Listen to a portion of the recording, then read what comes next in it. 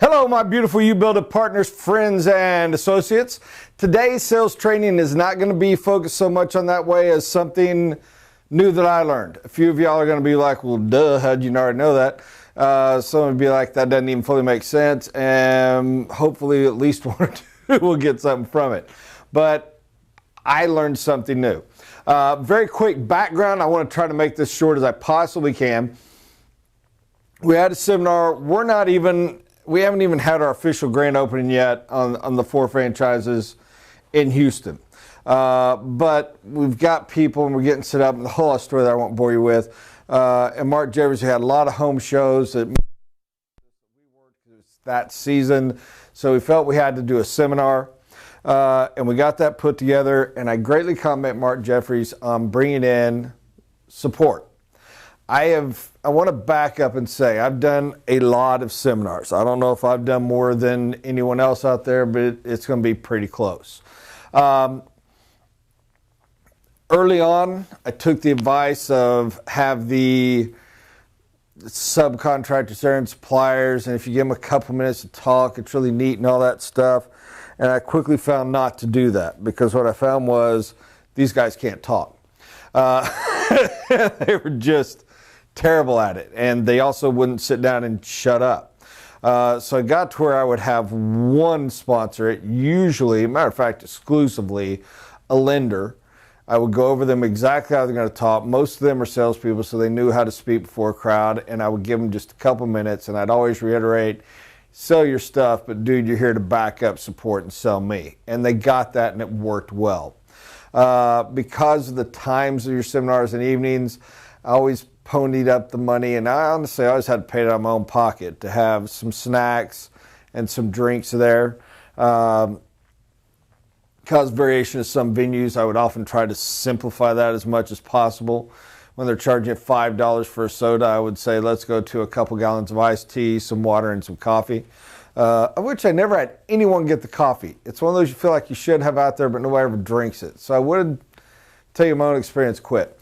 That said, Mark put it together more his way, and he got a couple extra vendors there and got them to commit, and we got a nice big wide open room and the big TV spread out and everything else.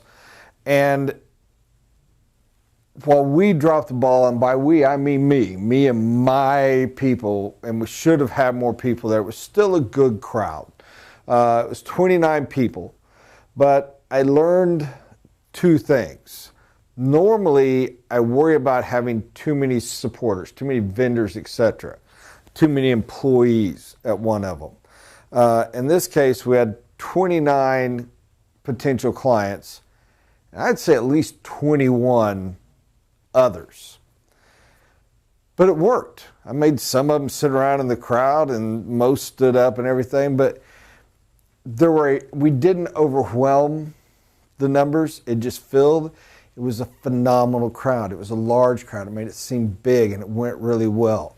Here's the main difference. One of the guys brought sandwiches. Actually, I had Jason's Deli. For those of you not from down this part of the world, phenomenal little deli, make great sandwiches, soup, salad bar, really fantastic place.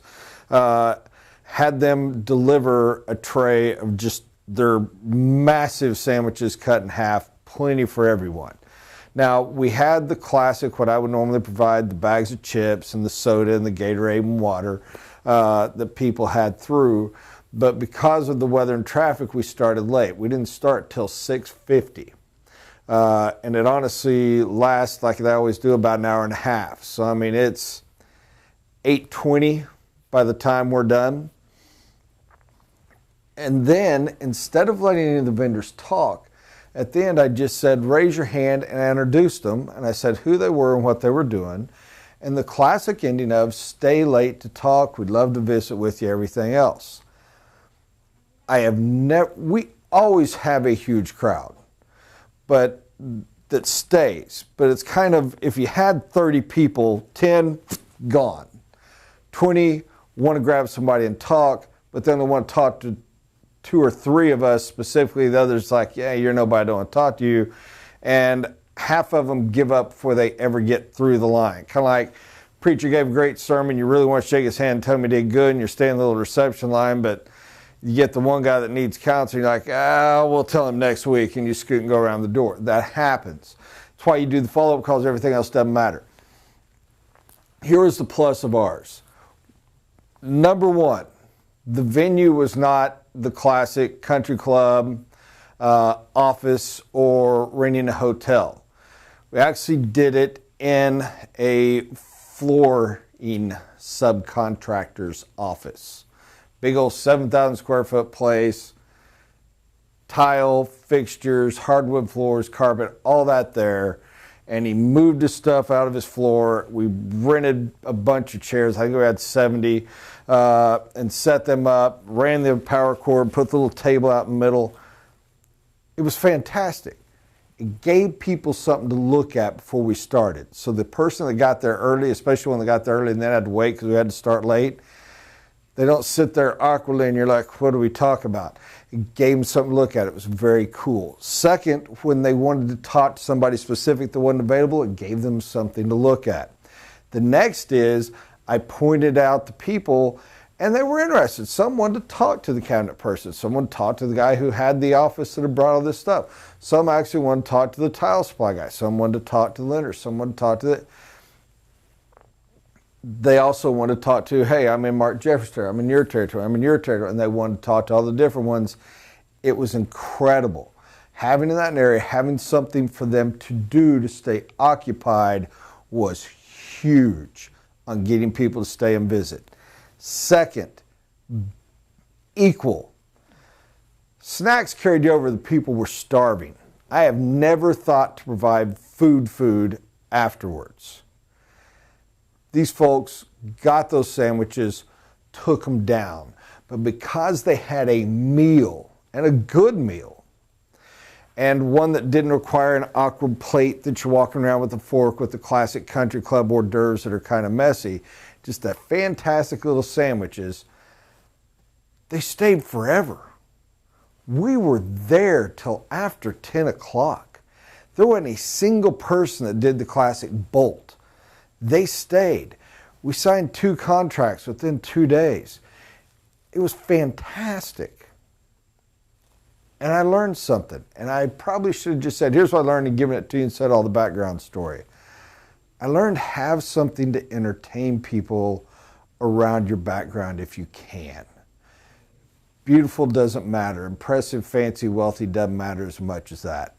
Number 2, have them something to eat after the meeting. And personal opinion from what I observed, because I've had that before, handheld foods. People do not like to walk around with the sauce that drips on the shirt and something they have to eat with a fork. And the little cheeses and things are great, but they're kind of awkward. And if you're really starving, you look like a bizarre freak glutton when you put 20 little cheese cubes on your plate. That stuff's fine for your little snacks going before, I guess. Those 2 things and multiple people to talk to of different disciplines that you introduced at the end, half of you probably already do it and are ashamed I didn't know before. For me, it was a heck of a lesson that will be taken into account every seminar I ever do again. I hope this was helpful. If it wasn't, bless you for watching. Have a great day, guys.